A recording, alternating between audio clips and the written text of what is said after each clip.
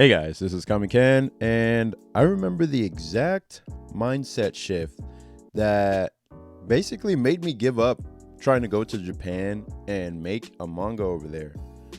Because for so many years, when I was a kid, I was just like, I want to make a manga in Japan and get an anime and become famous and blow up and get all this money and show my parents that I can make a living at making comics.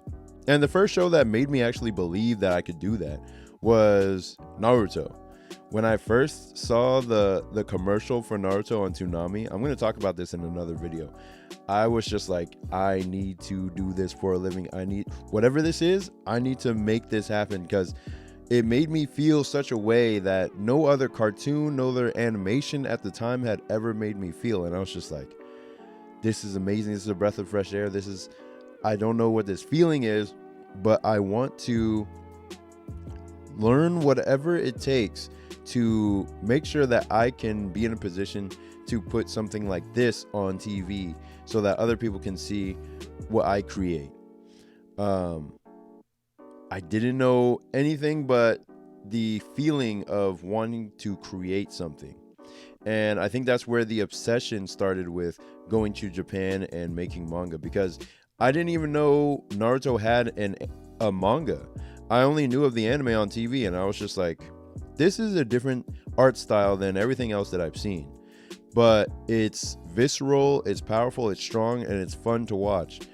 How did this even come about? It's just another cartoon, or it's called anime? Okay. And then my friends in middle school when I was 12 showed me a magazine, and they showed me that it was that Naruto was in the magazine. In fact, it was on the cover, and he was drawn in black and white. And I was just like, what? I mean, this kind of looks like, I mean, is this where it came from? And they were telling me like, yeah, this is where it started. It's called a manga. And we were looking at Shonen Jump magazine, and it was just like, oh, so somebody drew this first, and then they turned it into a cartoon, they turned it into an animation, and they were like, yeah, that's how it starts. And that's what sparked in me, like, I can do this.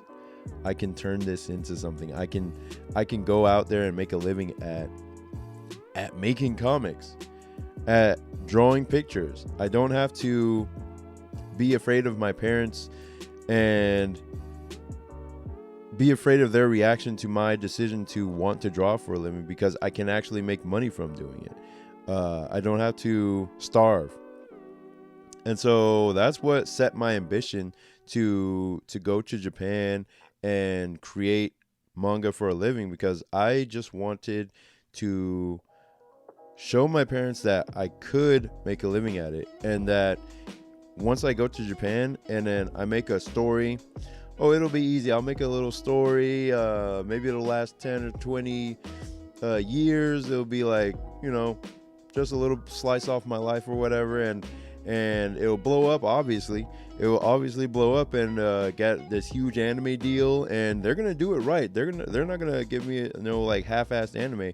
They're going to give me a top-tier animation like Naruto. And then they're going to have video games of my character. They're going to have merch of my character. They're gonna have it's gonna be across all things, live action movies of my story and my characters and all that stuff.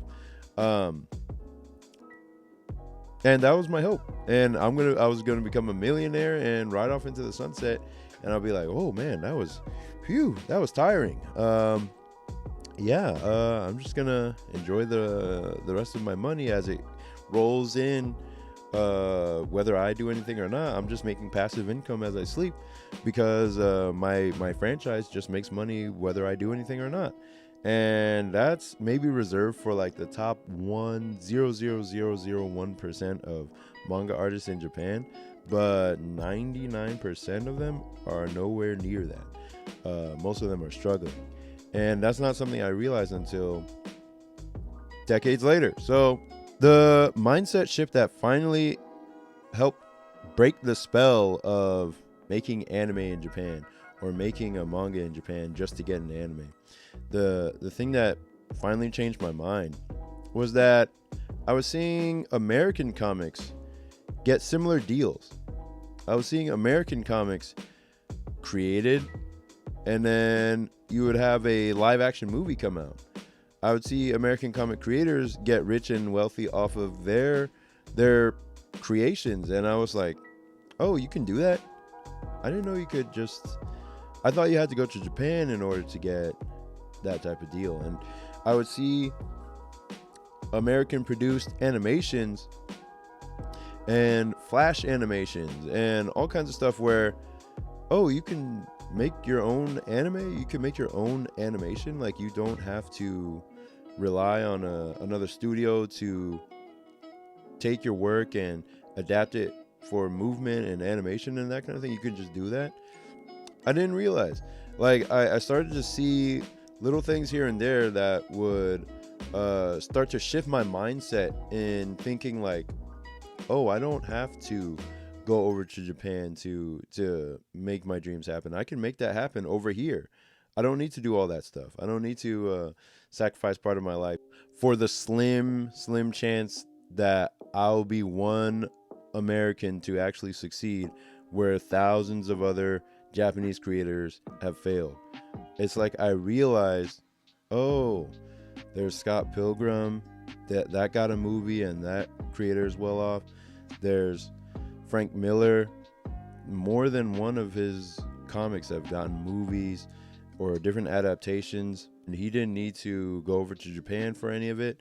I realized even webcomic creators could make a good living off of their webcomic. It might have taken a while, or it might take a long time for it to turn into something that blows up, but even webcomic creators could create something that eventually does get adapted into an animation, whether they have a studio themselves or they're doing it themselves, or another studio sees the value in their webcomic and then picks it up and turns it into an animation. I saw like, oh, that can be done. Or you could do the same thing with a webtoon and they'll turn that into an animation.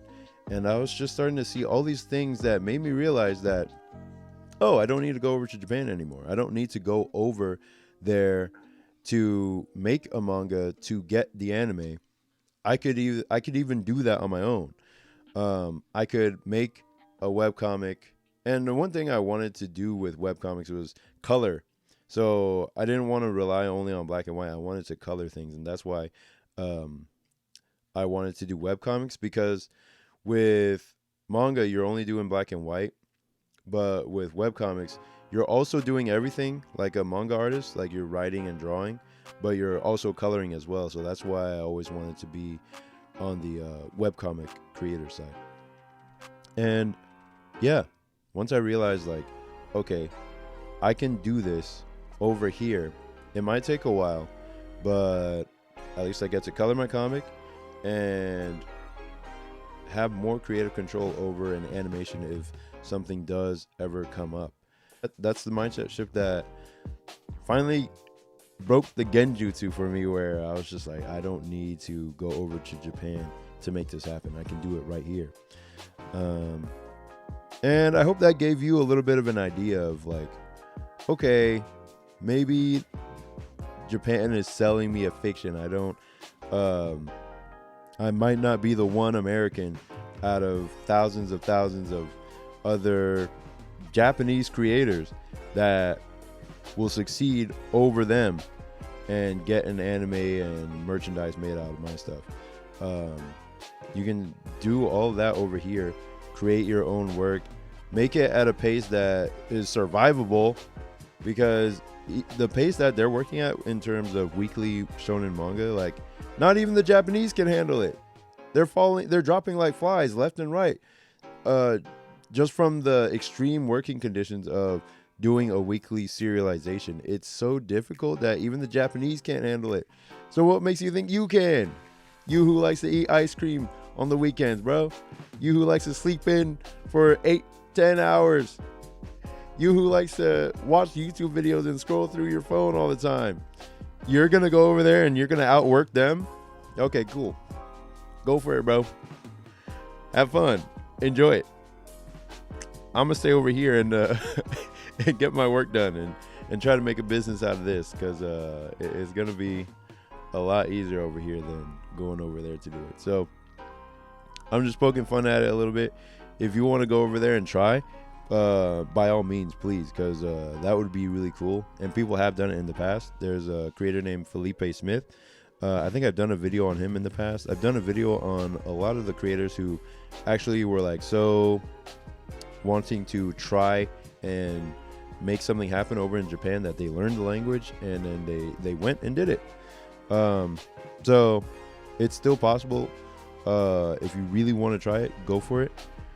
But don't let there be any illusions of what you'll receive out of it, what the reward will be out of it. I would say go over there to push yourself like you've never pushed yourself before if you're going to make any effort in the Japanese industry. So yeah, I'm going to keep pushing along with my latest webcomic, Saintly. It is a demon chase horror action comedy about two best friends who have to outrun the demon loan sharks that they borrowed from. Basically, it's like Scooby-Doo meets K-pop Demon Hunters without the K-pop. And the story backs the main character into a corner where she has to decide between the hard path to success or lose her soul to the lure of easy money. And we get to see the ramifications of her choice, and if she can hide this deal with the devil from her friend, or if it will tear them apart. And I hope you read my comic in the description and check out the story. It should appear in your email inbox or your spam folder if you don't see it, because this is a comic that I can actually make on a manageable schedule and get it done over time. So that's all for this video, and I'll see you in the next one. Peace.